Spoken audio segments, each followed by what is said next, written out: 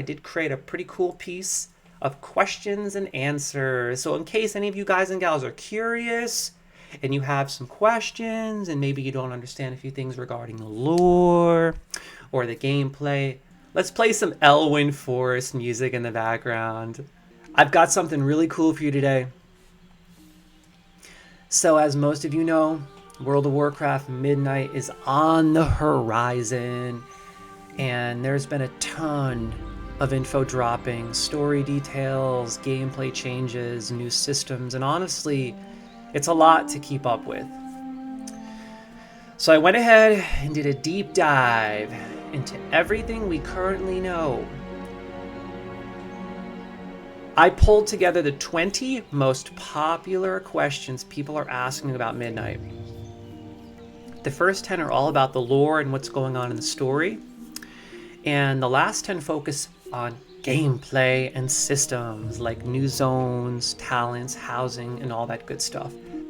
The goal here isn't to overhype anything, it's just to help everyone get a firm, grounded understanding of what's coming and what kind of world we are stepping into next. Think of it as a one-stop catch-up session before we all dive into beta or start theory crafting our mains. So grab your coffee, get comfortable, and let's go over what's actually waiting for us at Midnight. Starting first with the lore side of things, because trust me, it's a wild one. The lore is going to be so good in Midnight. Truly underrated, trust. What is the central story of Midnight? Midnight marks the next great conflict in Azeroth's history, a war between the light and the void. I love the void, by the way. Centered in the elven homeland of Quel'Thalas. The ancient artifact known as the Sunwell, once a beacon of divine energy, has become the void's prime target. Led by the enigmatic and ruthless Xal'atath, the forces of the void descend upon the region, seeking to corrupt the very essence of the light. Players will stand beside the united races of Azeroth, journeying through reimagined elven lands and new territories as they fight to preserve the Sunwell's light or witness it fall into eternal darkness. I love the way Xal'atath looked, by the way, in that cinematic. She just gets better and better each expansion. And I think she's a solid villain. I really do. Overall, I honestly am so excited to delve back into Blood Elf lore. I've been wanting it for years. I truly believe they are one of the best races. And finally, we get a little more, baby. Back to Quel'Thalas. I'm so excited. I'm curious, what do you guys and gals think? Are you excited to delve back into Quel'Thalas? Learn more about the Blood Elves? Why does Midnight focus so heavily on Quel'Thalas and the Sunwell?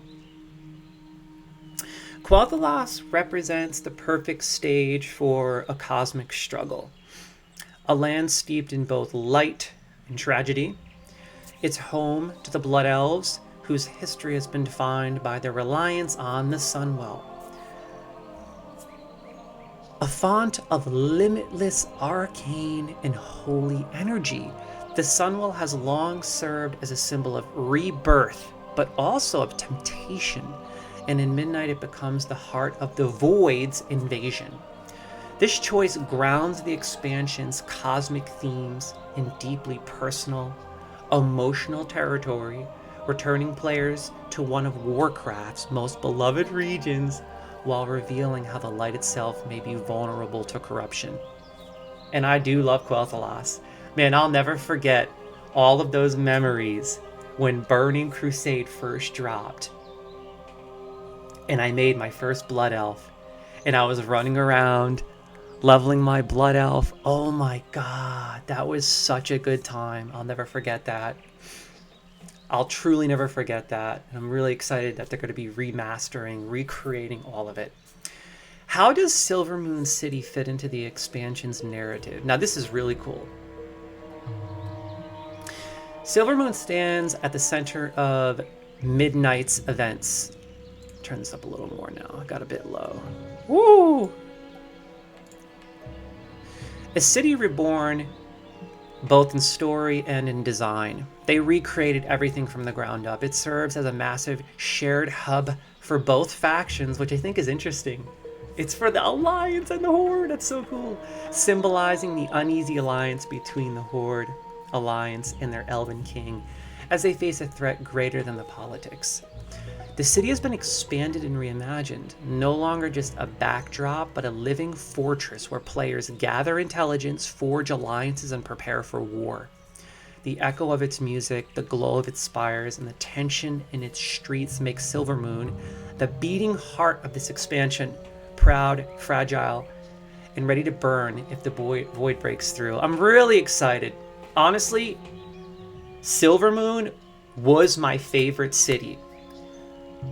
When it launched, it was the coolest, most exciting city to hang out in. I remember every single horde was there. But then over the years, obviously people just went back to hanging out in Orgrimmar. But I think that Silvermoon, in my opinion, is the coolest looking, most magical, amazing city in World of Warcraft. And I'm so excited to hang out there again, reimagined. They literally recreated it from the ground up, crew. Check out pictures, check out videos online, it's incredible.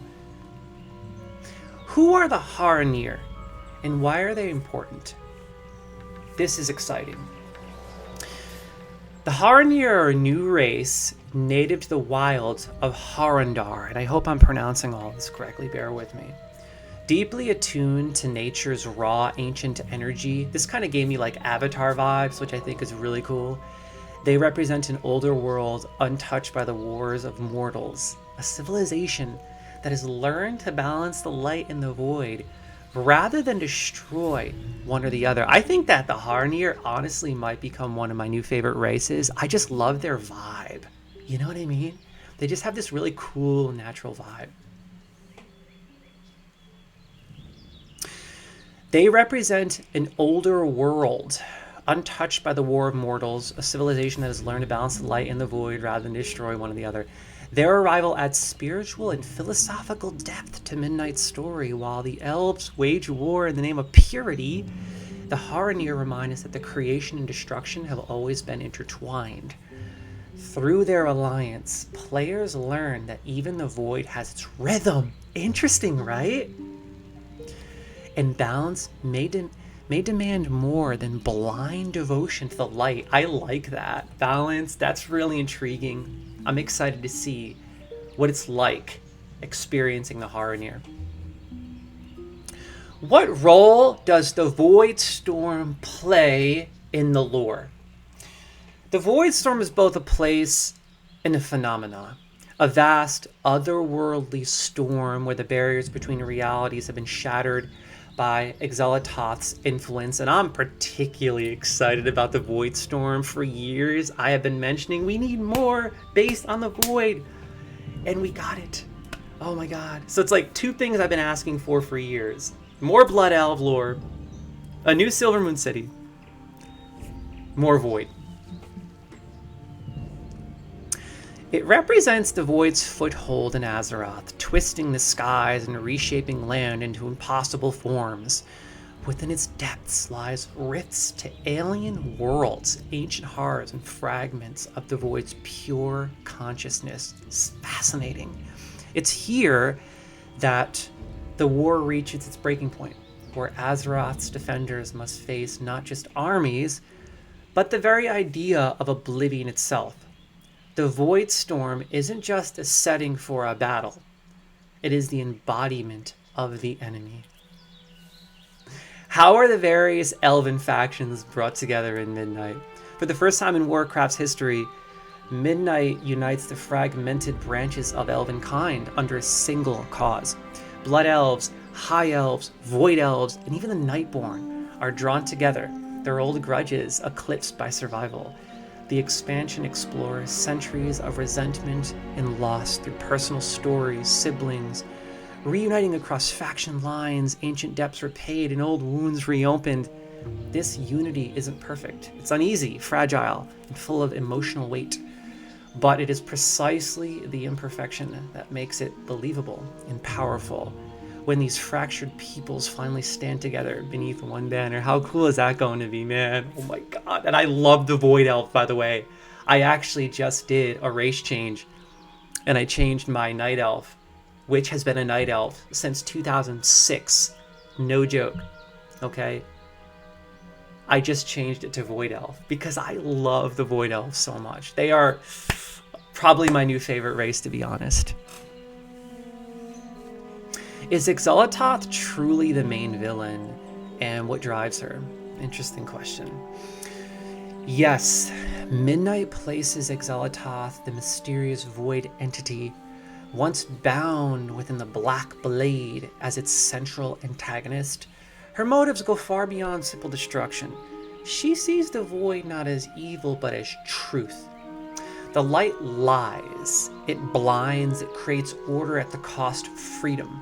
The void, she believes, reveals. Her goal is to expose that truth to all of Azeroth by corrupting the Sunwell and merging light and void into one ultimate chaotic balance.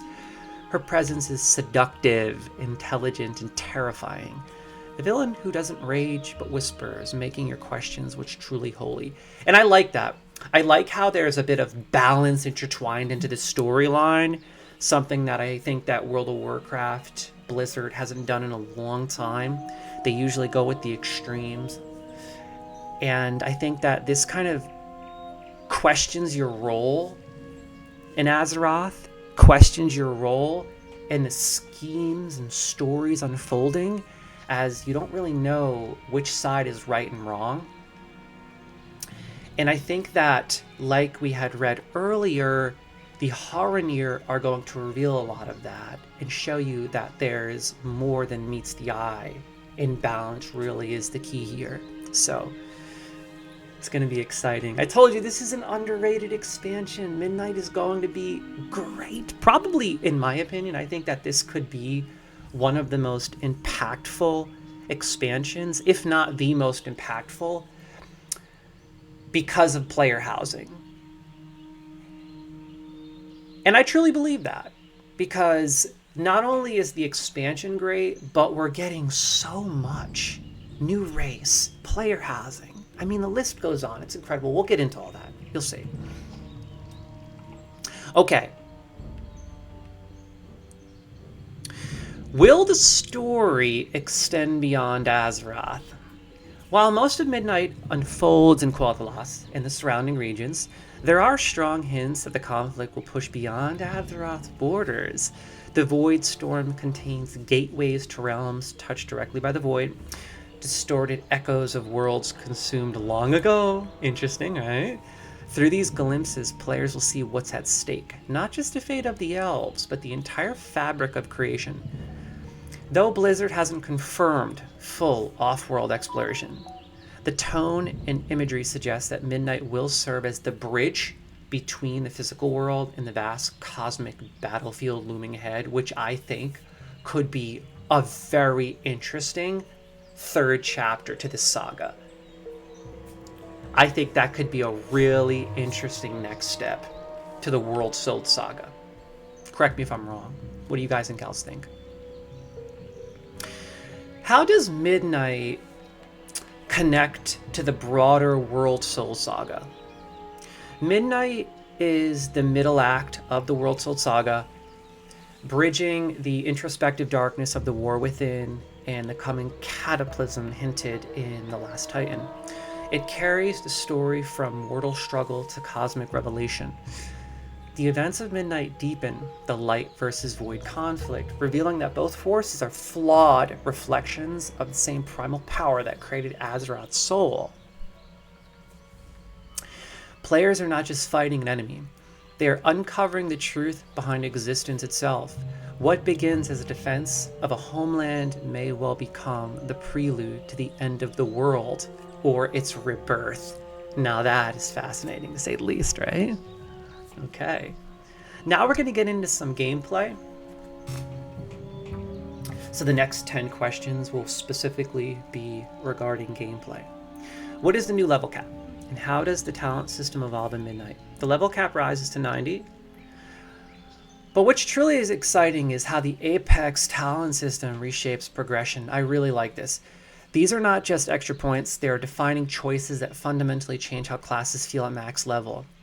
Apex talents unlock late in the journey and act almost like capstone identities, if you're flowing with me. For each specialization, adding unique mechanics, animations, or combat flows that express mastery over your class.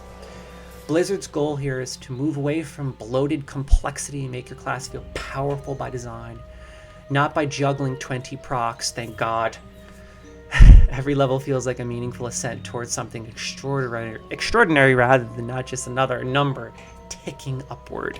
I'm looking forward to this. I really cannot wait to see how it's implemented. What is the new Devour specialization for Demon Hunters? Now this is exciting because I've never played a Demon Hunter, and it's exciting because I've always wanted to delve into a Demon Hunter. I don't know about you guys and gals, but I've always kind of saved the Demon Hunter for a rainy day because I played everything else. And I've always wanted to have at least one thing that I didn't play, something to look forward to. And I think this is the perfect time to finally start a Demon Hunter, truly. The perfect time. For the first time since their introduction, Demon Hunters are getting a third specialization, the Devour. This path turns Eldari magic on its head, channeling void-infused energy through ranged attacks that rip the life force from enemies to empower the caster. That sounds so cool. It's a fusion of an elegance and brutality. Dark projectiles that twist midair, life-draining beams, and shadow-wreathed wings that carry the Demon Hunter into short bursts of flight. Mechanically, it is designed as a high-mobility, ranged damage dealer, fascinating to say the least, offering players a fresh, visually spectacular playstyle. Lore-wise, it's also fascinating. Demon Hunters are embracing the void is almost heretical, hinting at how desperate this war has become. Is there a new allied race? And what makes them unique? Of course, the Haranir. And I think that the Haranir might be one of my new favorite races. I just love how they represent balance. And I'm really excited to see how Blizzard ingrain this not just into the race, but into the actual lore itself. Yes, the Haranir are becoming playable after you forge alliances with them in the wild jungles of Harandar, which looked so cool. As a race attuned to ancient world roots and spiritual equilibrium, their racial abilities revolve around nature's duality. Offense and healing through balance. Visually, they are stunning, tall, lithe, and adorned with natural runic markings that glow faintly depending on their alignment with light or shadow, which is so cool. The alignment between light and shadow. The Haranir can join either faction, marking a significant step in Blizzard's ongoing effort to make the world feel less divided by old faction walls. Pretty cool. They bring new animations, voice work, and a sense of mysticism that fits perfectly into the tone of Midnight. I really think that the Haranir might be one of the coolest and most interesting races that World of Warcraft Blizzard has applied and created in a long time. I've been doing a lot of research regarding the Haranir, and they are fascinating to say the least. And their starting zone? What kind of dungeons, raids, and endgame content can players expect at launch? Midnight launches with a robust suite of content. 8 new dungeons, baby. 3 full big raids. And the next evolution of delves. That's right, delves are coming back, thank God, because I loved delves in the War Within. Honestly, I think that delves were my favorite part of the War Within. So cool. I just hope that they amplify those delves a bit more. What do you guys and gals think? Maybe more puzzles, more complexity. You know, I love that change in rhythm. The solo and small group exploration mode introduced earlier in the World Soul Saga, which was fun. Each dungeon tells a slice of the greatest story, from infiltrating a void-corrupted fortress to battling through the shattered spires of Silvermoon. The raids themselves are grand in scope, culminating in a climactic confrontation at the Sunwell Plateau Reborn. Meanwhile, Delves return with new companions, voice-acted storylines, and an infinite scaling option that lets even solo players chase powerful rewards. So cool. Oh my god. It's a balance of accessibility and spectacle. Something Blizzard has struggled to achieve, but here seems to finally be nailing down, baby. And that's what I'm excited about, truly. What is the prey system and how does it change the open world experience? This is why I'm so excited about Midnight. You know, we get a new race, the Haranir, which they look so good. Player housing. We finally get a new Silver Moon. Quel'Thalas is back, baby. We're delving into the Blood Elves once again. And we even have a new prey system. I mean, this is going to be so good. There's just so much to do. The prey system introduces a new layer of dynamic world content, essentially turning the open world into an ever-shifting hunting ground. Basically, what Blizzard is trying to do here is apply something of a difficulty setting. I've always wanted that. I love Classic WoW because it's harder. And this is a way of making your retail World of Warcraft experience harder, more difficult, more challenging. And the devs mentioned that in quite a few interviews, because when you take on prey in the prey system, it will make your experience harder. You could be out leveling in the open world, and then that prey comes to get you, and it makes your leveling experience even harder. It's fascinating to say the least, but it's essentially like choosing your difficulty ultimately. And it's their first application of doing so, and I think that they could take this really far over time. So, and you gotta love Blizzard for always trying new things. You have to give it to them. They're always implementing new systems, new ideas. I mean, for example, in the War Within, we got Delves, which I think is honestly, like I mentioned earlier, one of the coolest new additions. Now we have the prey system. And they just keep adding more and more, and that's the beautiful part. You know, it's like the game just has so much, you can never get bored of any one thing. Players track down elite targets across the zones, each tied to its own bit of lore and unique combat mechanics. Love it. These encounters come in normal, hard, and nightmare difficulties, see? But they don't just change the way you hunt, but it also changes the way you play. These encounters come in normal, hard, or nightmare difficulties, offering solo or group challenges with relating objectives and loot pools. It feels like a blend between monster hunting and world events, and I love that. But it's the unpredictability that gives it life. Sometimes the prey hunt you, ambushing players mid-travel. It adds a pulse to exploration, a reason to stay out in the world beyond daily quests or resource farming. You see what I'm saying? That's gonna be so fun. It adds that what if while you're taking on a prey. I don't know, it's just so cool. Lily Best, oh my god, it's so good to hear from you. Hey Peter, how are you doing? I'm doing great. Wow. It's been so long, Lily Best. Thanks for stopping by and saying hi. I really do appreciate that. God bless you, my friends. What have you been up to? What games have you been playing? How's life? How does PvP evolve in Midnight? Player versus player combat takes a bold step forward, a big step actually, with Slayer's Rise, a new 40 versus 40 battleground set amid the swirling chaos of the Voidstorm. Imagine an all-out war between light and shadow, paladins glowing like living suns, shadow priest erupting in violet flame, the siege engines tearing through storm-warped terrain. It's large-scale chaos with the new scoring and momentum system that rewards territory control over raw kills. For small-scale PvPers, new training grounds access tutorial-style arenas to help new players learn class matchups without immediate punishment. And I really like this. I've always been intimidated by PvP, to be honest. When I first started playing World of Warcraft, like 2005, I was really into PvP. Then over the years, I kind of dropped out of it because it just got so competitive and deep.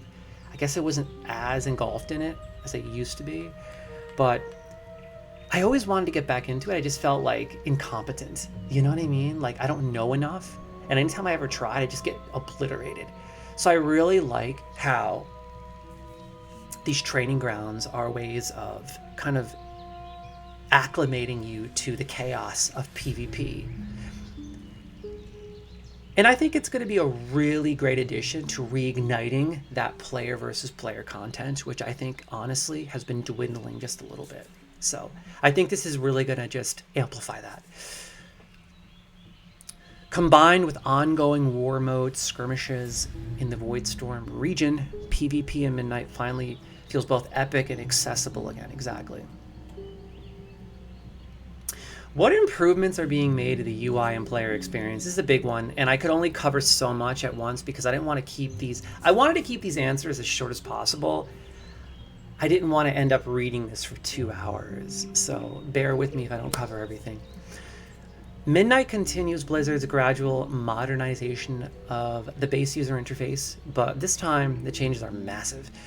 Damage meters, nameplate clarity, and boss alerts are all being integrated into the default UI to reduce reliance on third-party add-ons, which I like because I've never liked downloading a bunch of add-ons. I never trusted doing so. And I really like how World of Warcraft is starting to finally kind of create their own systems so people don't have to do that. Better late than never. Health bars and spell effects are more readable. Spell animations are smoother, and resource indicators now pulse with thematic color based on your specialization. For veterans, this means less setup time and cleaner visibility. For new players, it means they can finally play the game as designed without being buried under add-ons. The interface finally looks like it belongs in 2025, not in 2004. How does player housing work in Midnight, baby? This is the big one. Woo! This is the gusto, player housing. I can't wait. After years of requests, player housing has finally become a reality, and Blizzard is doing it right. Every player gets access to a warband shared home, meaning all your characters can live under one roof, and the coolest part is you're in a community with other people. You create your own community, dude. So it's not like, oh, I'm in my own house, somewheres, alone. Maybe I'll invite my friends now and then. No, you're in a village. You become a part of a community. And that's what WoW needed. And I like how they're doing that because that is different than what most other MMOs are trying to do. I love that.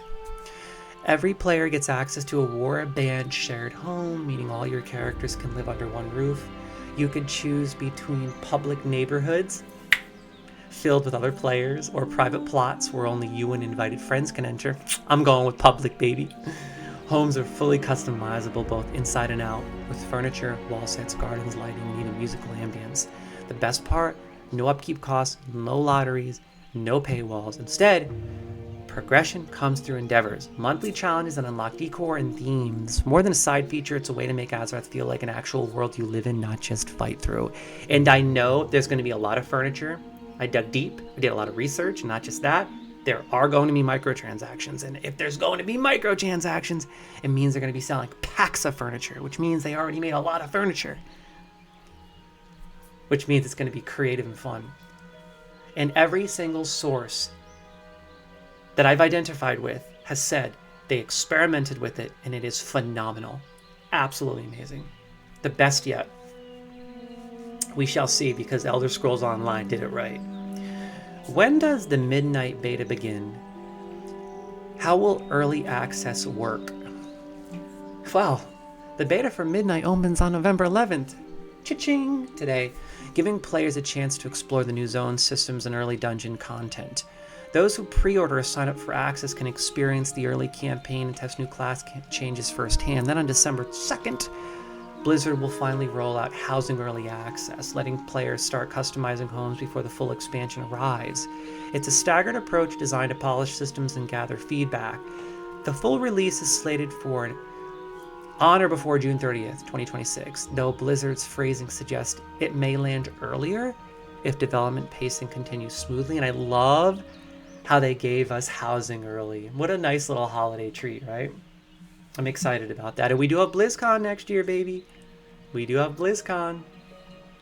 How is Midnight designed to feel different from previous expansions? Now, this is an important question because we don't want to keep experiencing redundant expansions. And I'll be honest, for a few years there, World of Warcraft got a little bit redundant, but they've been bouncing back, and I have to say, the World Soul Saga, in my opinion, reignited this franchise because they did it right.